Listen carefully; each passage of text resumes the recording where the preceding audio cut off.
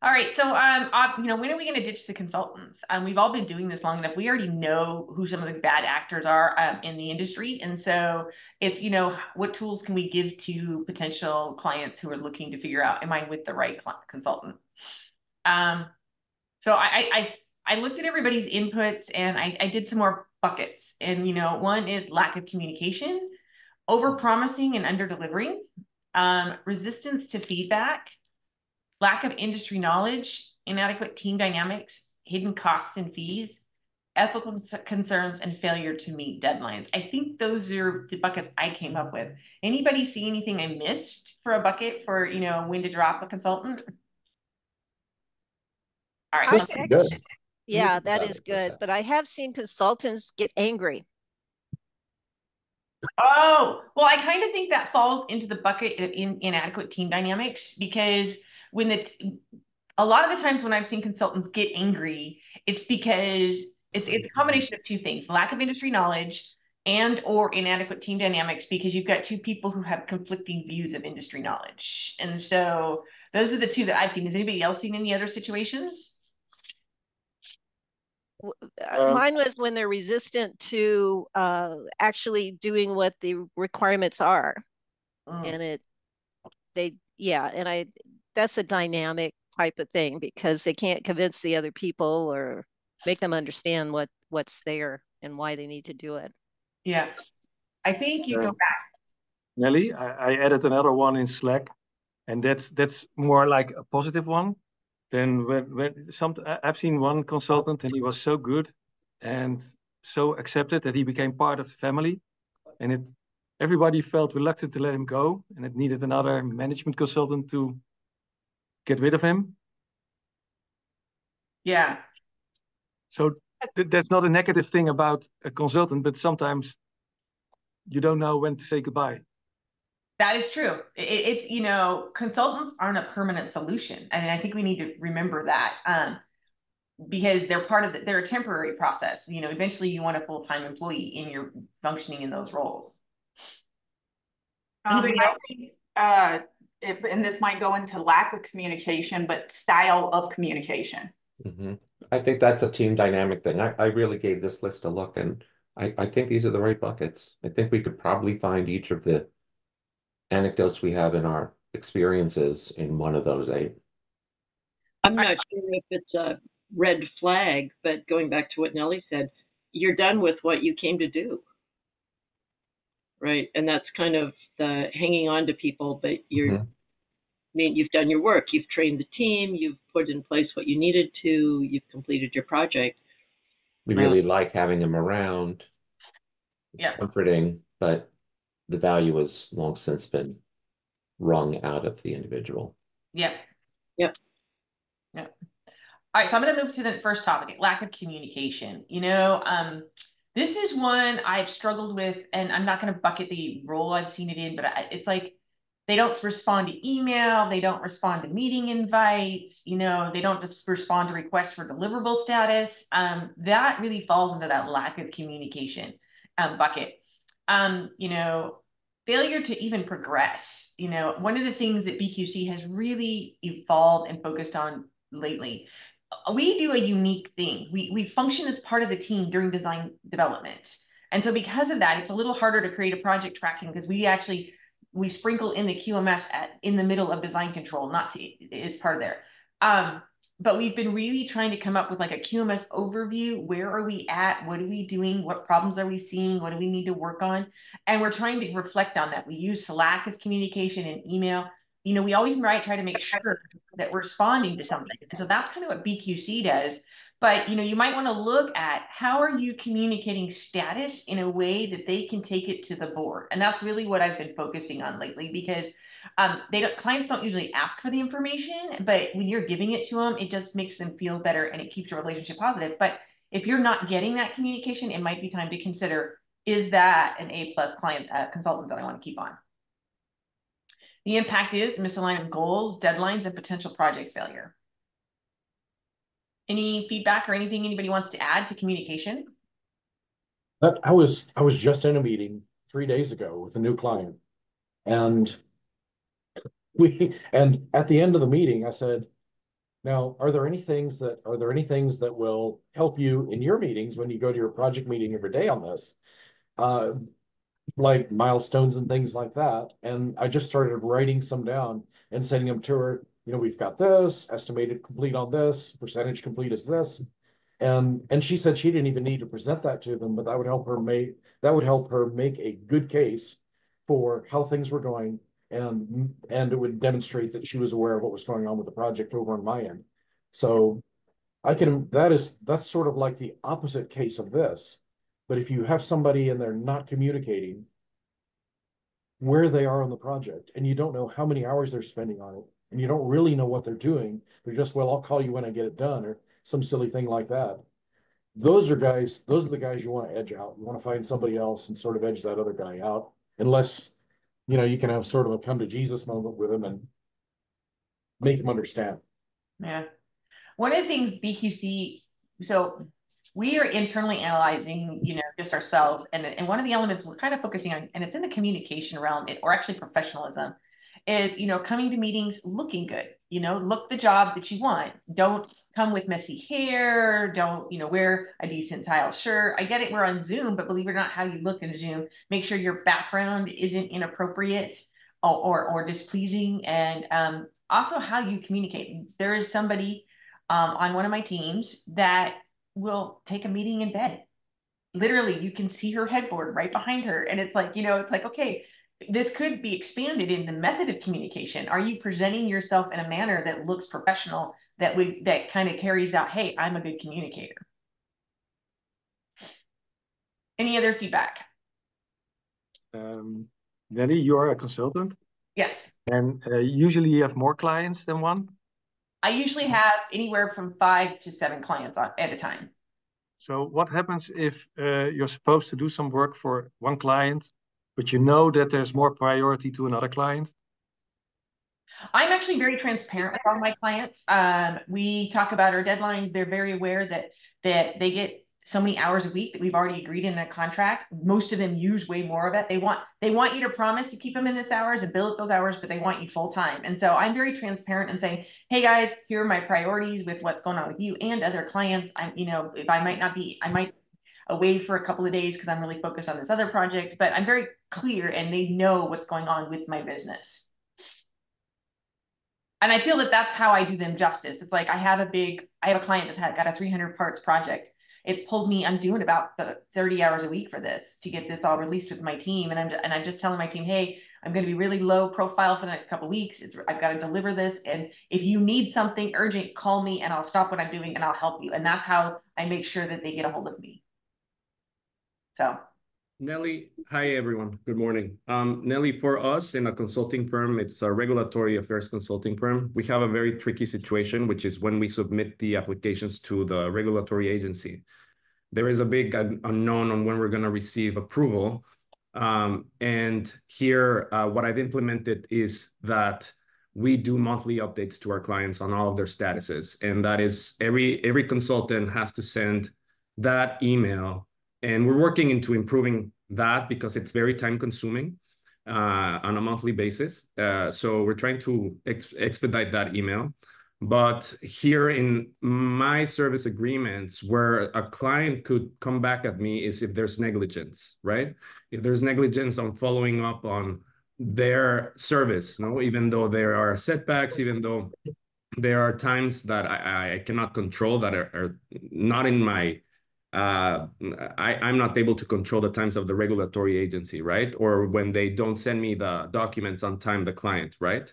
So here, responsiveness from my team to the clients is very important because we cannot show that there was negligence on our part, like unreturned calls or failure to provide updates. You know, one of the things, so this is not in the industry, but believe it or not, I used to work at State Street Bank like 25 years ago, okay? Corporate lending group. And we were in the middle of a very hot lend, and the company was calling me every 20 minutes. And I was young, I didn't know any better. I just started ignoring their calls because there was nothing I could do at that time because the senior management that was going to approve the loan was all in this huge critical senior staff meeting. I got canceled, and it's something I've taken with me. It doesn't matter how many times I call, pick up the phone and say, I'm working on it, because not answering the phone just makes people start to panic. And if you keep answering the phone, even when they're angry, just be empathetic and angry with them. And say, hey, I'm working on it. I'm just as frustrated as you. So that's something I carry with me. And like, if I can't pick up the phone, I'm in a meeting, let them know what you're doing. Well, however, I think some clients do pass that line of they want over communication, but you also have to like set your expectations on when you're going to communicate. And instead of us providing updates left and right, like pulling us everywhere, we are communicating with our clients like, this is what you should expect from us, and this is what we're going to do, right? Because it's hard to try to answer all the calls, all the emails, and all that. Well, I think you're in a tricky situation because everybody's watching the pot boil, and they're like, who's going to see the first bubble? And they're all waiting for that information. So that I think what you've put together is pretty great. Over-promising and under-delivering. This is one of the areas I really personally had to focus on. But if you have a consultant who promises unrealistic timelines, they say, hey, I can get a 300-part project released in a week, or I can get it in 2 days, or I can get all your drawings released in 1 week. Those are things you kind of red flags, because those are activities that actually take quite a bit of time. I'm just throwing a few examples out there. I'm sure everybody has them. Anybody who's guaranteed rapid success, you might want to really consider the quality of the success, because with speed, there is a cost for speed.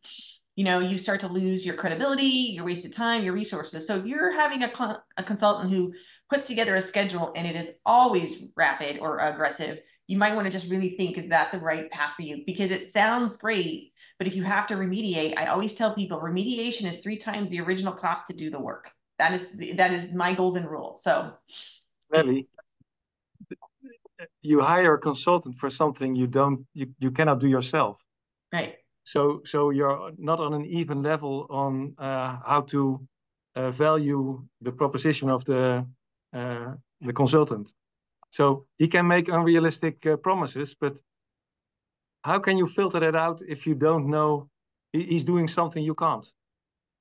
So one of the things I do is if it looks like it's a very aggressive line and it's a big task, I start to ask, okay, can you tell me what the process is going to be? What's the time standard for one? So I can kind of start to figure out if their planning tools are effective. That's the best way that I can do that, because once you get into the concepts of time standards and how long does it take, like, for example, how long does it take you to do a drawing? How long does it take to process the DCO? And how long does it take to do that? So I have 300 of these, and you're telling me you can do that same amount of count time in 1 week. So that's what you want to get when you're talking to your consultants about, hey, you may not know the task, but they should know the time standard that it's going to take to do that task on an average, not an exact, but at least enough for you to figure out the schedule, maybe too aggressive. Any other questions? Resistance to feedback. Somebody talked about this, consultants who are defensive, dismissive of feedback. They just ignore you. They're just like, you don't know what you're doing. You need to do this. This is a fine line, because usually clients hire a consultant because they don't know what they're doing. So they've hired the consultant to do the job. But you have to kind of make sure that the consultant knows where the company's vision is. And so that's one of the things we do at BQC is we're starting to do this, is what is the vision of BQC and what is the vision of the client? Are we going in that direction? If everybody's not going in that direction and you're asking your consultant to change things, and I actually struggle here because I'm pretty stubborn, and I put together a QMS that I think is pretty effective. And when you change one thing, it breaks linkages. And so people don't always understand that. So I'm really protective about it. I've had to step back and go, you know what, just because this works for 80% of the people, I do need to be flexible and take feedback and adjust it for other people. So this is an area that I personally am working at, but I do take feedback very well on other areas. But when it comes to my system, I'm a little more stubborn on it. So you want to see how acceptable is the consultant for taking feedback. You can take the feedback. You don't always have to do the work. A lady is always graceful no matter what. So that's the new motto I keep telling my team.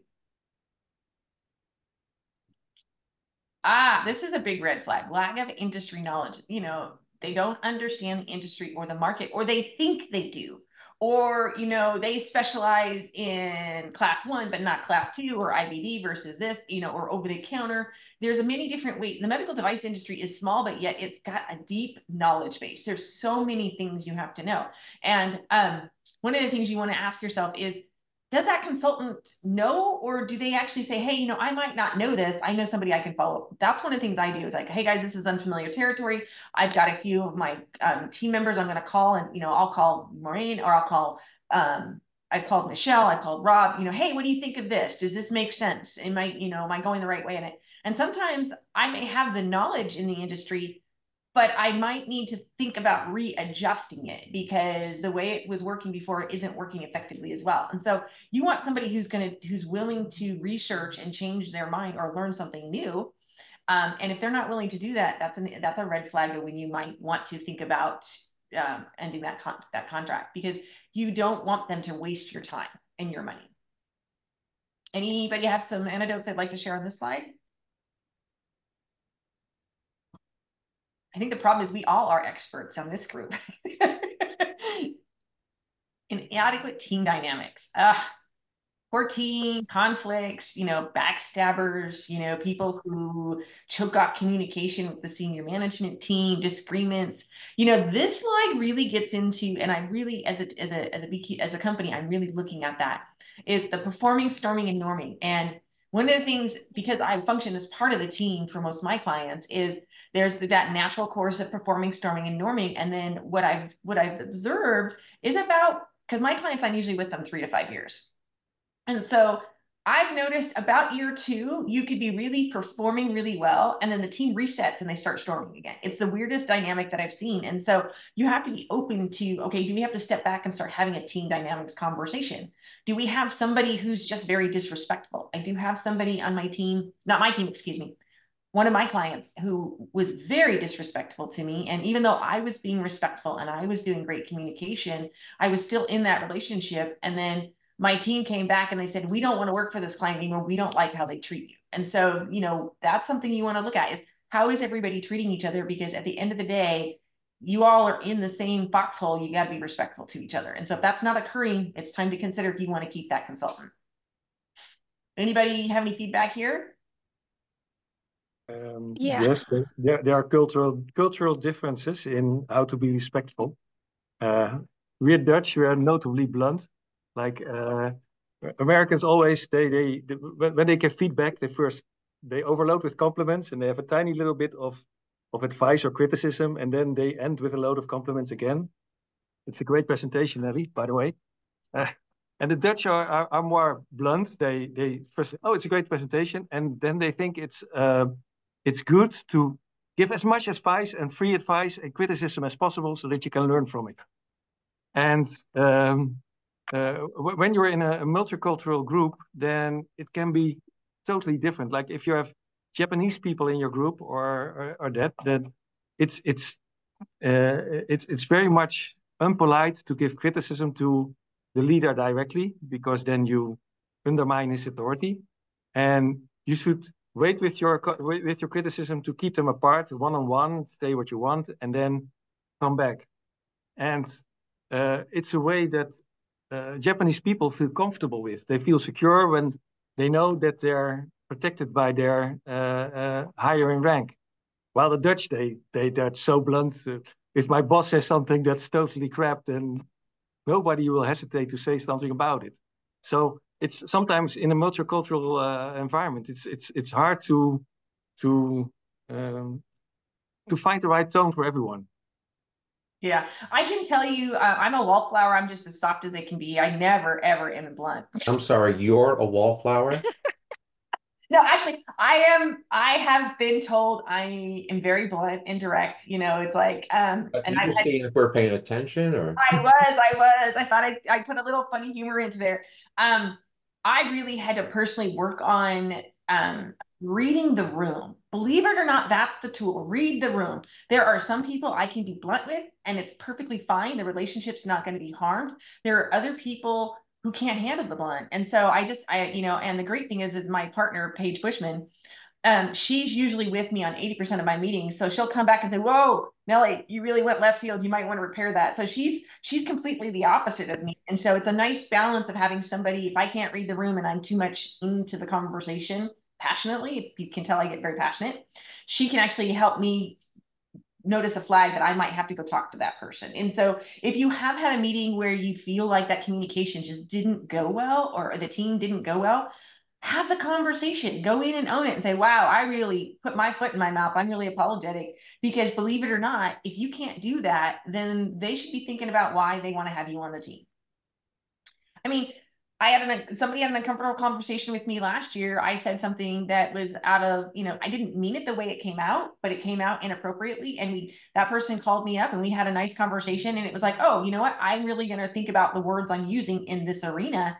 And now that friendship's even better today because I did that. But because that person did that, she gave me the chance to reflect on the words that I was using and realizing I didn't mean them the way I intended it. So if somebody's offended you even, reach out to them, have that conversation. Don't go run to your manager or run to somebody else and say, oh my God, Nellie said this. Ask the conversation. Did you intend it to come that way? Because Eddie, yeah. Eddie, they have emotional intelligence testing now as like part of boot camp before Wharton starts. Oh, really? I wish I had that. Yeah. It would have been a real eye opener. I'm not telling a joke, Stockton. I'm serious. It took me I'm 2006 totally when Bethy insisted that I see an executive coach. And I took this test and it was like, oh my God, I had no idea.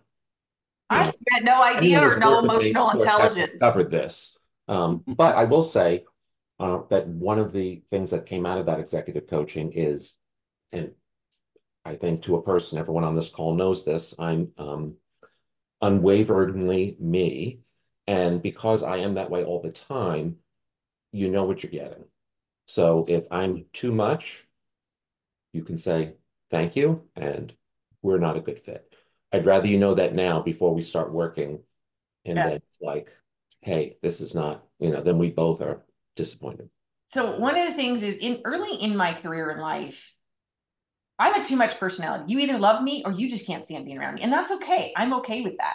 When I was in my early career, all my reviews were about my personality. It wasn't about the stellar work I was doing. I was beating deadlines. It was like, well, you're too aggressive here. You laugh too loud. You do this too much. You do that too much. And so then I started twisting myself into knots, trying to be somebody different. And when I did that, I realized I was even making bigger mistakes of my communication. So then I just did a reset and said, okay, this is who Nellie is. This is true Nellie. She has good intentions, but I have to build relationships that people can come to me in private and say, hey, you offended me. And so that's really where I've worked at it, and it really embracing who I am. So you just have to know who you are as a communicator, because if you can't do that and you can't lead a team or be a part of a team, you're going to be a consultant that they're going to want to end a contract with. Any questions? No, but I have therapy available for anyone who needs it. Total sidebar. I just saw that Ed was on, and Ed had huge news this week. We'll get to that. We're not going to let the call end without celebrating Eddie. Yeah. Well, now it's like we don't. Thanks, Michelle. Ed, what happened this week? Hey, everybody. We're thrilled that we made a press release about achieving our CE mark. Yay! Finally. Congratulations! Thank you very, very much. And we've actually had raise a glass or mug. Cheers! In honor of our successful friend. We've had a little interest as well from a couple of online journals like BioWorld and another one I've never heard of, Global Data. So hopefully it'll get extended out a little bit further. You were featured in the Hage Street Journal, so that was good. There you go. Yep. Stockton Today, I think, is running an article today. So yeah, so we're really excited. Thanks. Congratulations. Just to get back to this, but congratulations, Ed. That's amazing. So happy for you. Hidden costs and fees. So I know everybody tries to be transparent. Sometimes it's just hard because things cost a lot of money, and time and labor isn't always an easy tool to calculate. But I do try to give my clients some, transparency of what they're doing. But if, I have seen consultants, it's like, oh, here's my fees, but guess what? Now you're going to get, this fee and that fee, and now we need to add this service. What I try to do when somebody's hiring me is to hire me and running, you need an electronic signature, you need a database, you're going to have user counts, you're going to have this is what the cost of the documents are, this is the labor cost. I try to make sure they have all that, but sometimes there are hidden stuff that you don't think about, and so you just got to be very transparent.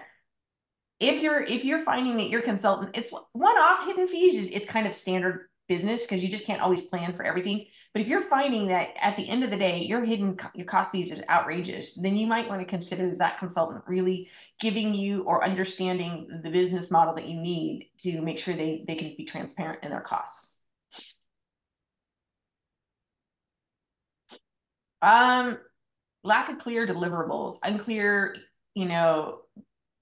vague, confusing, scope creep, dissatisfaction, and this goes to kind of, to the point of it's two-sided, or it's, you don't know what you're doing, just trust me, I'm going to do what needs to be done, and you just need to sign off on everything I do. That's not really an effective consultant. And so you want to make sure that you kind of understand, what needs to be delivered on implementing a QMS. So one of the things that happens to my business model is they hire me to implement a QMS, and then in the middle of it, they go, now I want you to run my design control files. Now I want you to do this. And so they do a scope creep. And so we were having a hard time communicating that. And so now we have a QMS overview that shows everything that's going on in the QMS, including other projects. And so that way they have awareness where the extra hours are coming in.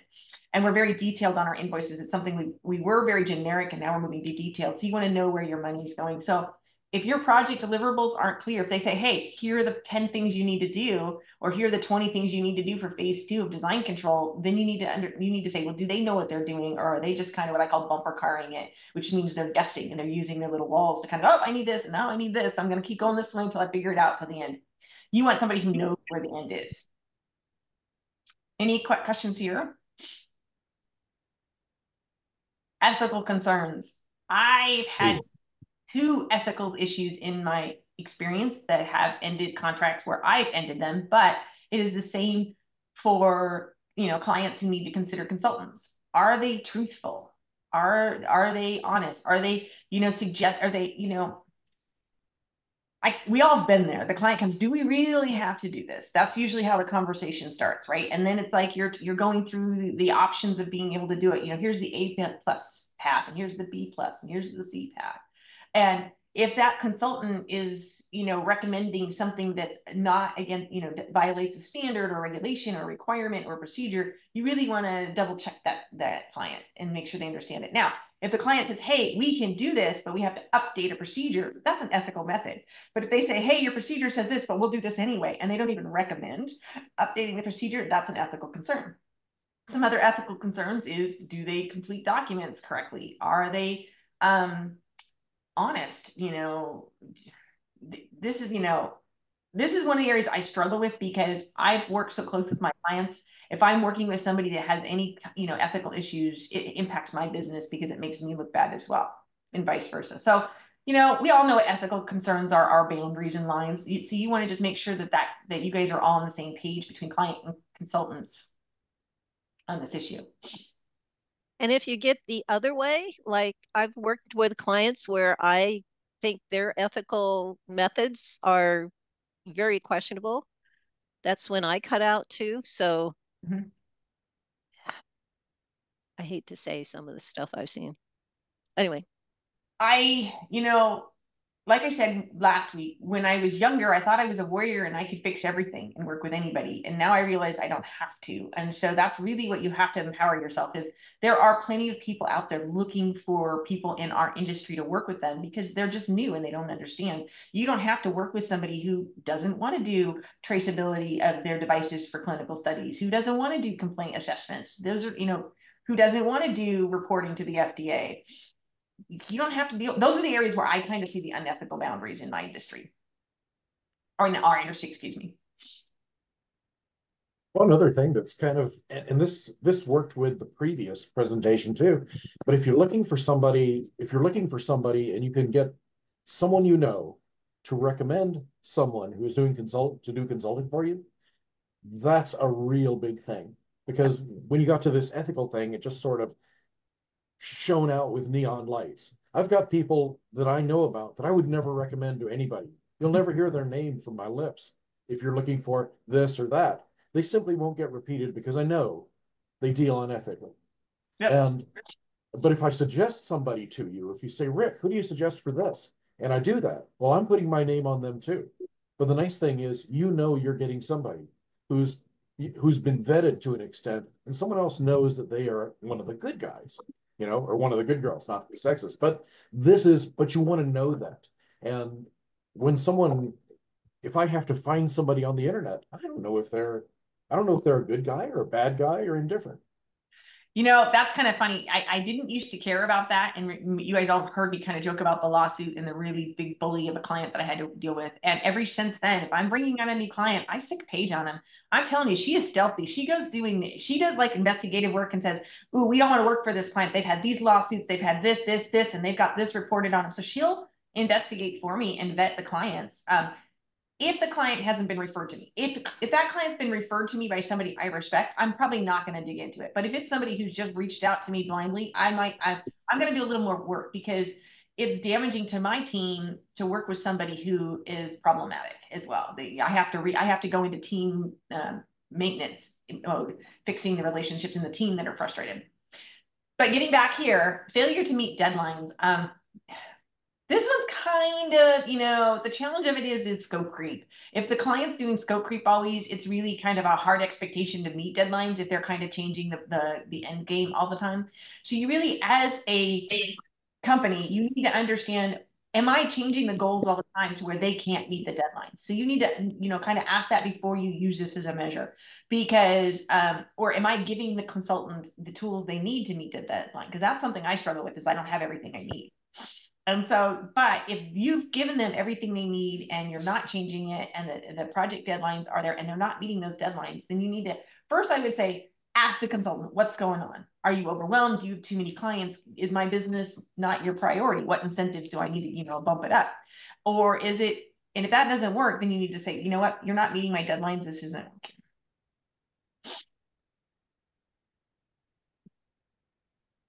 Actually, I have 2 slides. Sorry about that, guys. Make sure let me go back here. Okay, so kind of a little bit of shorter meeting.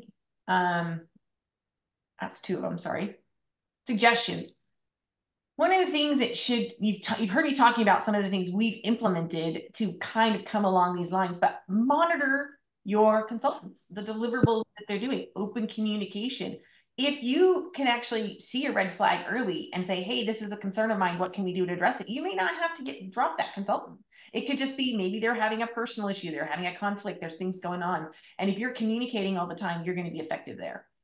And then, you know, on the inverse, as a consultant, make sure you have good communication protocols in place that they can go in and understand everything going on.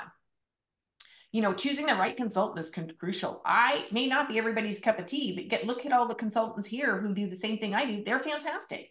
I would hire and recommend any one of them for any client, and they may have a better match personality, QMS wise, or their work patterns. So, you know, it's okay that you might not fit with every client.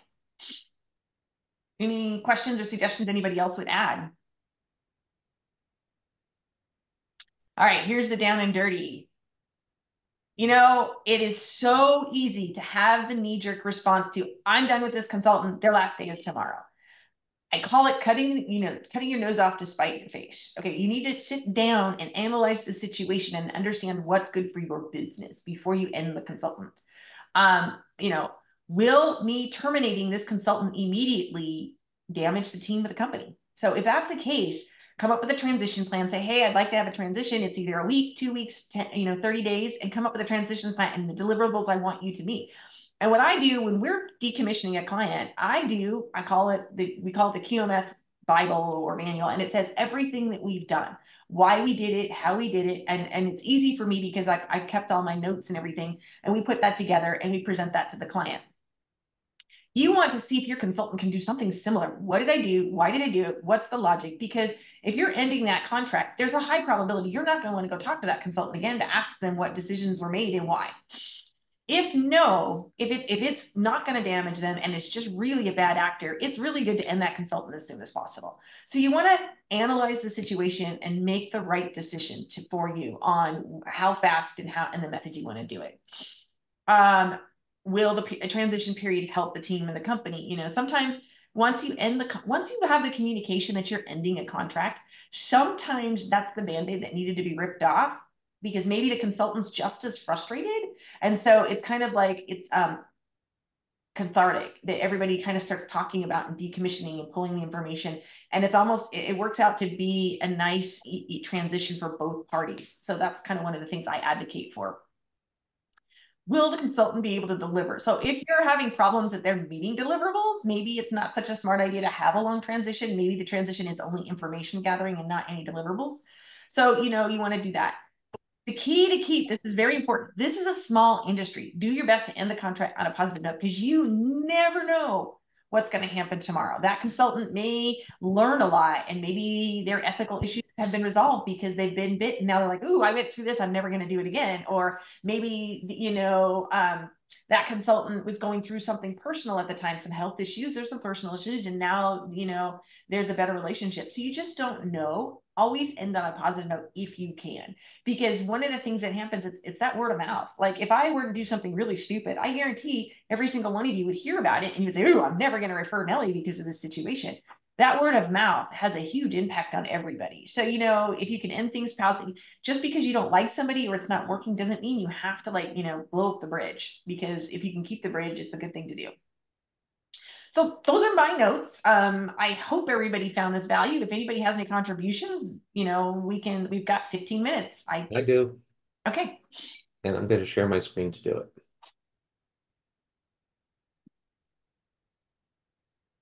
This is Michelle's closing slide.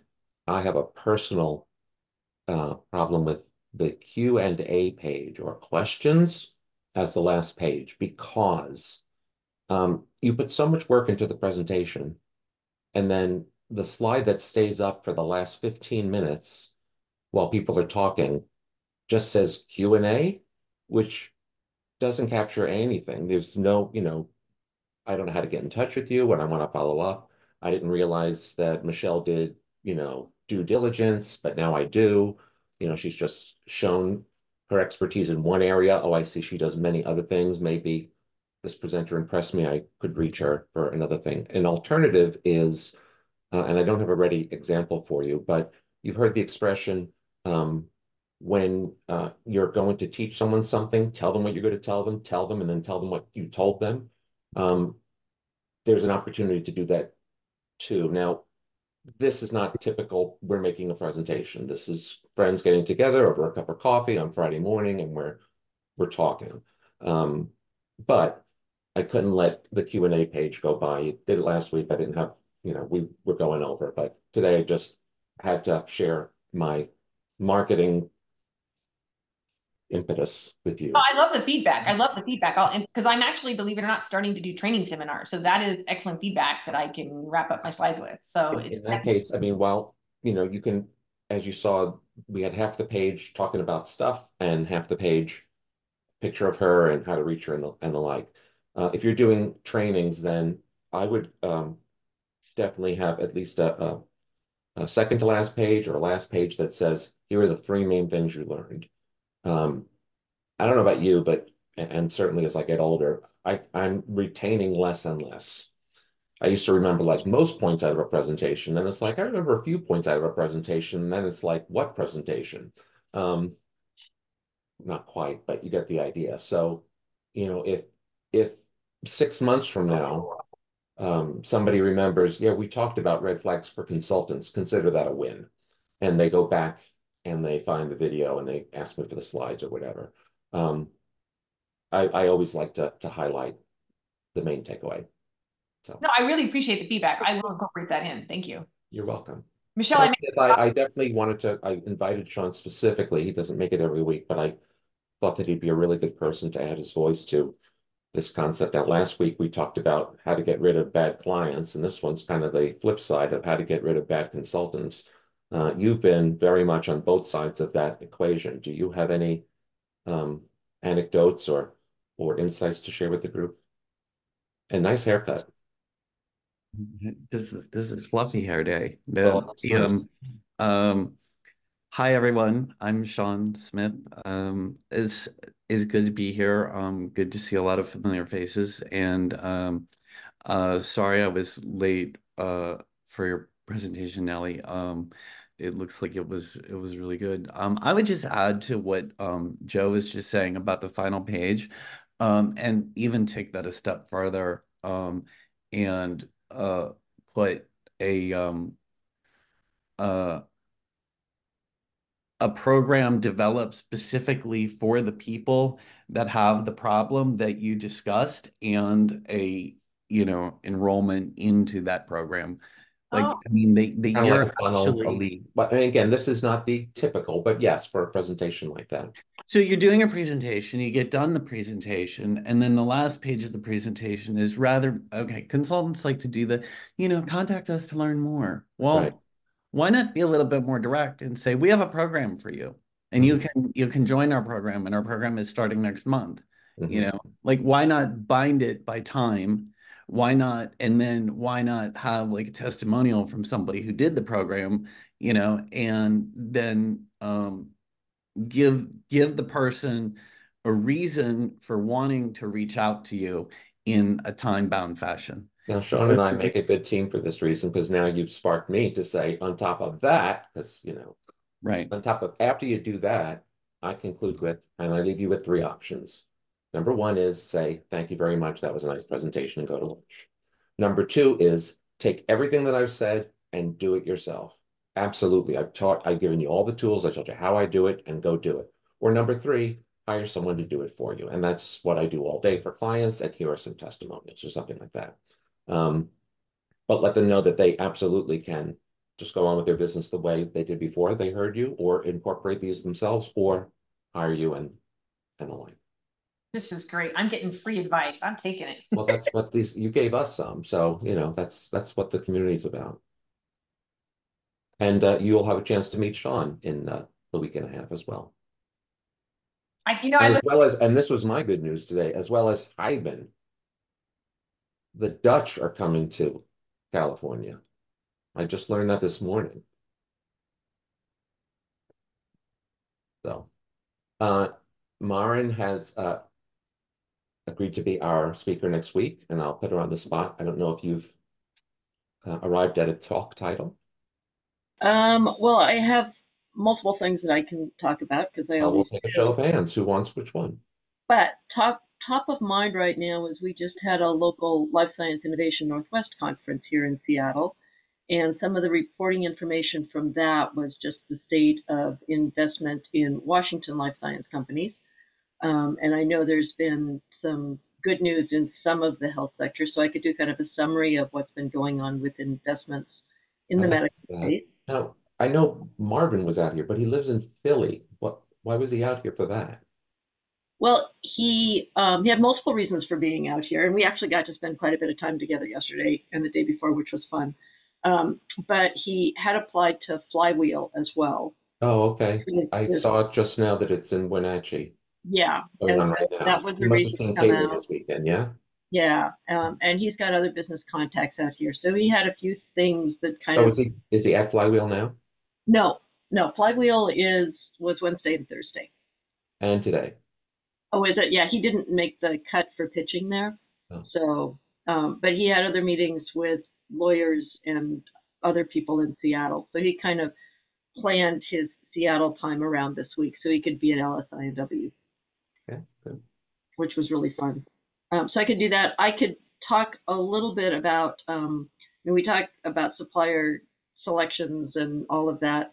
I did a webinar a few years ago talking about the other things that you need to think about in your supplier contracts, like what kind of documentation are they going to do for you, and what type of access do you need to reports, and some of the That one I think would be very helpful. In fact, lesser thought of ones. That's one that I really like.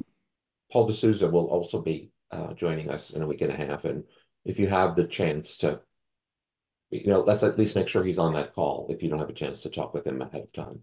I can pull that one out and clean it up. I think it's a really valuable one particularly for medical companies who often focus on just the QMS aspects. And there's a lot of business aspects with supplier contracts. And I'm sure all of you on the call also will have a lot of good thoughts on that. So let's plan on that. Okay, thank you. All right. Well, we are, let's see, T-minus 12 days until Hugs and Ice Cream. So I'll see most of you then. Until then, bye for now. Thank you.